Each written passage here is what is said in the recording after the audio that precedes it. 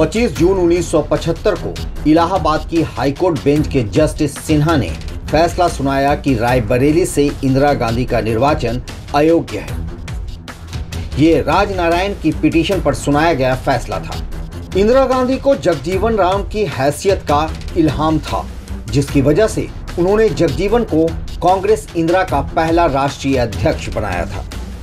इससे दलितों में यह संदेश भी गया कि इंदिरा को उनकी चिंता है। खैर, निर्वाचन आयोग के फैसले के बाद जगजीवन राम को लग रहा था कि इंदिरा उन्हें सत्ता की चाबी सौंपेंगी, क्योंकि वो उनके लिए कोई राजनीतिक चुनौती खड़ी नहीं करेंगे। लेकिन सिद्धार्थ शंकर रे और संजय गांधी के सुझाव पर इंदिरा ने राष्ट्रपति फखरुद्दीन अली अहमद को संविधान के एक क्लॉज का हवाला देते हुए इमरजेंसी का ऐलान कर दिया। जगजीवन के हाथ चाबी तो नहीं लगी, पर वो कैबिनेट में बने रहे। इमरजेंसी खत्म होने के बाद 23 जनवरी 1977 को चुनाव का ऐलान हुआ। हालांकि तब तक न तो इंदिरा को हारने की आशंका थी और न जनता पार्टी को जीतने की उम्मीद। लेकिन फरवरी 1977 में जगजीवन राम ने अचानक कांग्रेस छोड़ दी। पहले उन्होंने अपनी पार्टी बनाई कांग्रेस फॉर डेमोक्रेसी और फिर जनता पार्टी के साथ चुनाव लड़ने का ऐलान कर दिया। जगजीवन राम के इस फैसले से इंदिरा के विरोधियों में उत्साह आ गया। उनके सुर जो अब तक बेदम थे, उनमें जोश आ गए। जनता पार्टी को भी पता था कि जगजीवन राम के जरिए बड़ा दलित वोट उनके पास आ रहा है। इंदिरा को भी कुर्सी जाती हुई दिखाई देने लगी। चुनाव के नतीजे भी ऐसे ही आए। यहां तक सबको यह लग रहा था कि अब आखिरकार जगजीवन राम प्रधानमंत्री बनेंगे। लेकिन यहां मोरारजी देसाई ने लंगड़ी लगा दी।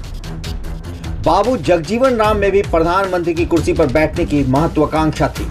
उन्हें इस बात से आपत्ति थी कि जिस पार्टी के सबसे ज्यादा सांसद उत्तर भारत से आए हैं, उनकी अगुवाई कोई गुजराती कैसे कर सकता है।